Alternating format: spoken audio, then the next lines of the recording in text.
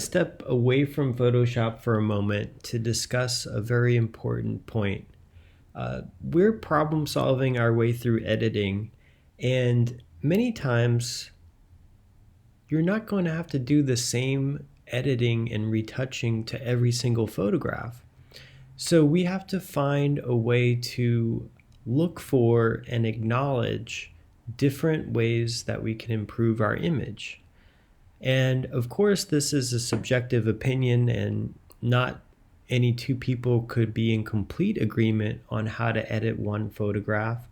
But it is something that you want to train your eye and be enabling you to pick out which things in a photograph you can leave in and other things that you need to get rid of or take out. So let's just do an obvious example here. We have this image of someone on the coast of the Pacific Ocean, and we have an oil rig right here in the horizon line. If I looked at this image, that would be something that I would prioritize to take out of the photograph. Here we have a studio portrait, and what we can see in this studio portrait is that the backdrop here is distracting from the story of this photograph. And as we look around the backdrop, we can see that it could actually be cleaned up through a variety of different retouching tools.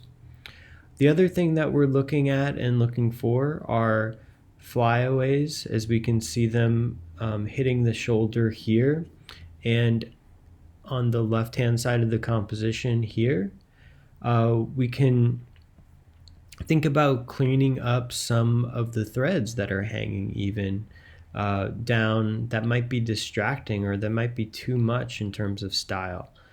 So these are things that we could improve on in this photograph. Looking at another image, we can see that this image would be a lot more powerful if these elements that are flanking the primary element are not there at all. Here in this image, we have a really beautiful landscape, but then a set of power lines cutting through and over the visual field. That's something that I would want to take out if I was looking at this photograph, especially if this was in the context of commercial photography. The context of commercial photography really gives you the editing liberty to take out something.